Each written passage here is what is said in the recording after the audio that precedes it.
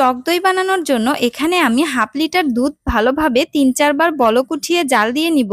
জাল দেওয়া হয়ে গেলে আমি দুধগুলোকে মোটামুটি ঠান্ডা করে নিব। এ পর্যায়ে আমি একটা পুরো লেবুর রস একটি পাত্রে চিপে নিচ্ছি। লেবুর রস চিপে নেওয়া হয়ে গেলে দুধগুলো মোটামুটি ঠান্ডা হয়ে আসলে দেখব যে আঙুল সহ্য করা যাচ্ছে কিনা। এ পর্যায়ে আমি অল্প অল্প করে লেবুর রস দিয়ে দিব এবং নাড়তে থাকবো। লেবুর রস দিয়ে নেড়ে চেড়ে নেওয়া হয়ে গেলে আমি একটি বক্সে সেট করতে দিয়ে দিব। এই টক দই কিন্তু আপনারা ঘরে বানিয়ে যে কোনো রেসিপিতে দিতে পারেন, অথবা আপনারা কিন্তু এমনি এমনিও এটা খেতে পারেন। লেবু মেশানো দুধগুলো আমি বক্সের মধ্যে ঢেলে নিচ্ছি এবং ঢাকনা দিয়ে মুখটা বন্ধ করে একটা গরম জায়গায় আমি রেখে দিচ্ছি ৫-৭ ঘন্টার জন্য। কয়েক ঘন্টা পর দেখুন আমার টক দইটা সেট হয়ে গিয়েছে। এবার আপনাদেরকে দেখিয়ে দিচ্ছি যে টক দইগুলো কেমন হয়েছে। ঘরে বানানো স্বাস্থ্যসম্মত উপায়ে টক দই কিন্তু আপনারা এভাবে খুব সহজেই বানিয়ে নিতে পারেন। আজকের মতো এই পর্যন্তই। সবাই অনেক অনেক ভালো থাকবেন এবং সুস্থ থাকবেন।